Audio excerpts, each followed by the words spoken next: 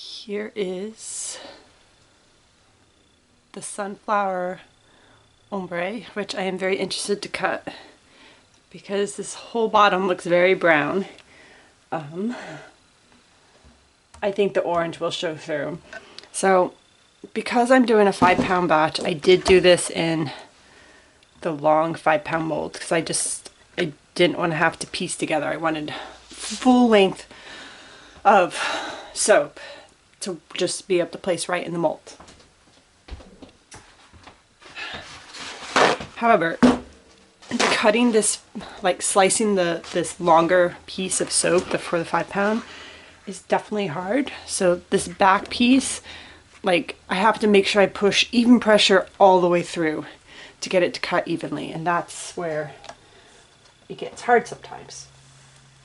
And so I prefer you doing the smaller molds, but like I said, I wanted a 5-pound mold for this one, and so I'm cutting it through. Now you can kind of see dark, it starts getting lighter, a little darker.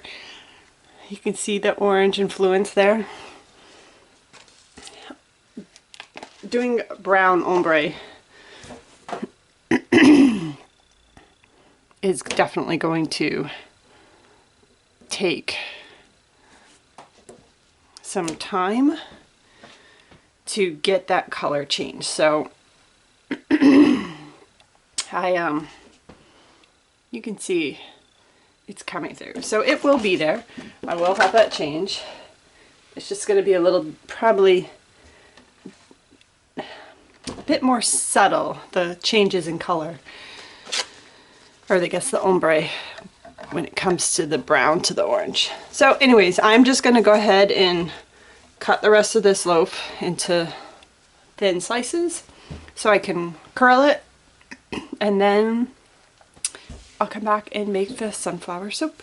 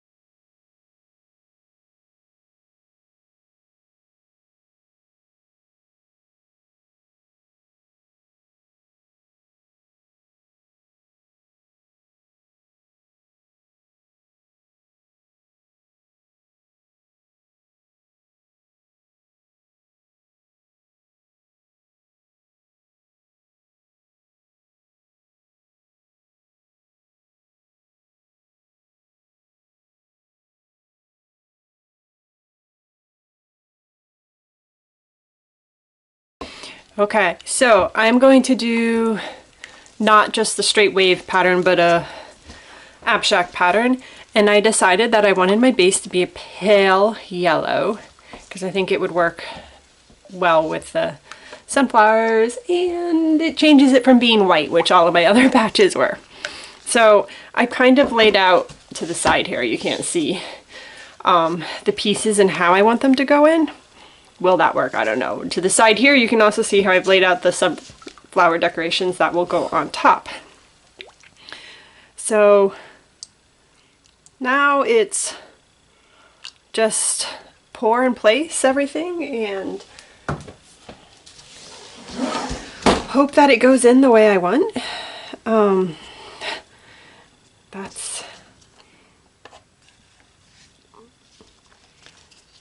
That's the challenge. And to not get any air gaps. That's always the number one goal. No air gaps. So I kind of want this to go vertical up the side, which it's going to fall a little bit because I'm going to have to get soap poured in there to get this to go that way. And then I have another one I want to go up the side. I never make things easy. And then this one's supposed to go in kind of horizontal. And then I have these two pieces, which I'm not sure. Oops. Like maybe what I'll do.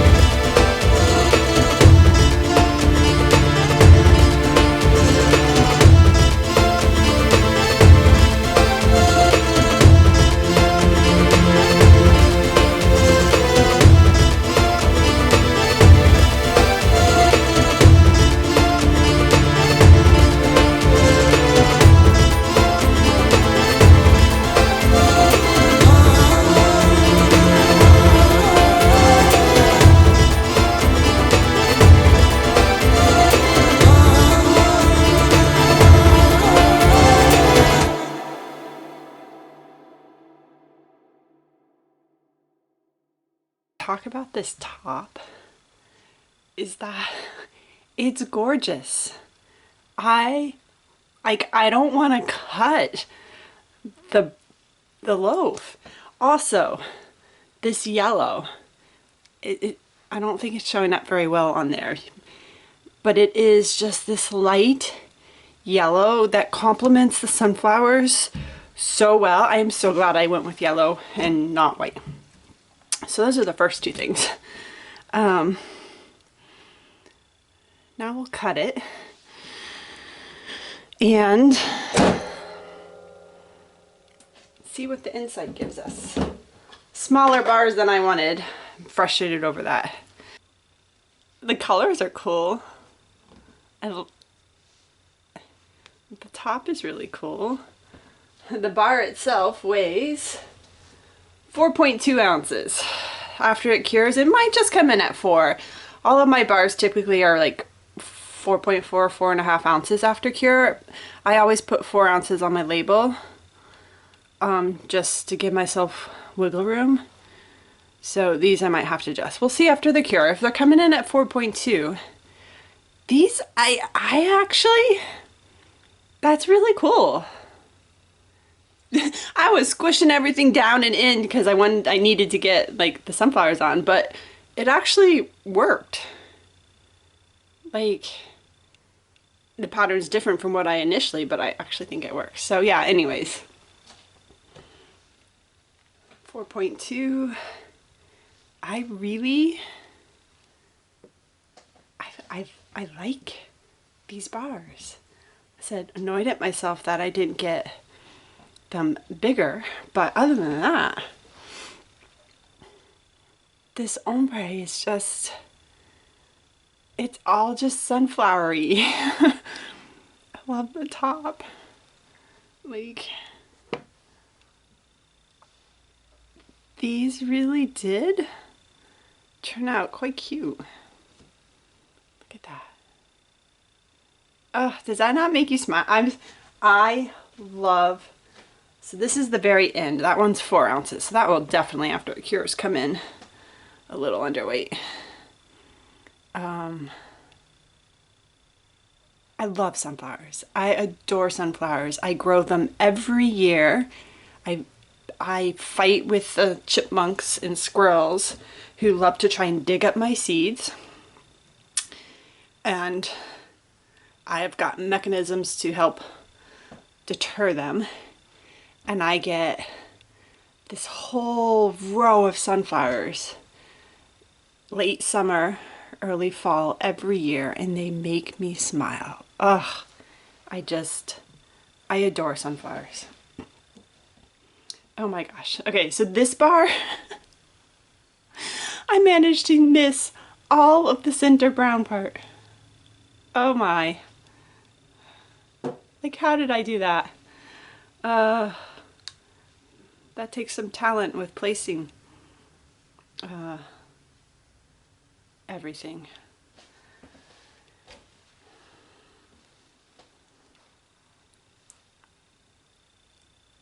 And you know what, I'm also really pleased?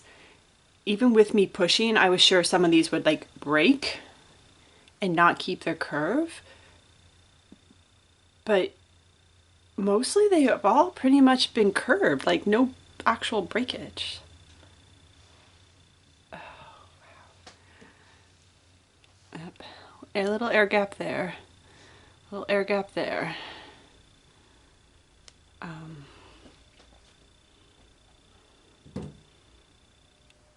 Which is really not bad. I'm actually super pleased with how these turned out. Like, I'd do this design again, and this time not shortchange my batch. I love the yellow. Like, it's, you can see that this is yellow, not white, but you can't see, like, it's washed out almost to me on this. It's super pretty. I am just really pleased with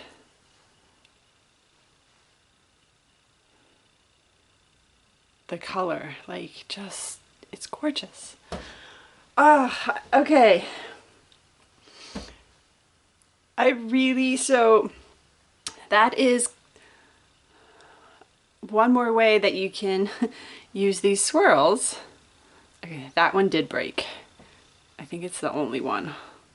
This was the very end piece too, so.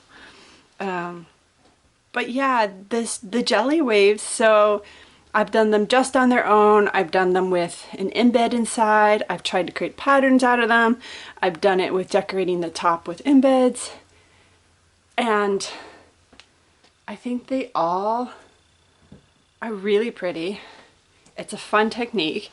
Yes, it's a lot of work. You do not have to do, like, because I'm doing cold process soap, I'm making these ombres. You could just do all one color. You could pour a simple batch and slice, and like, I make more work for myself. Like, that is just a proven fact. I like complicated stuff and I love ombres. So for me, making these ombres and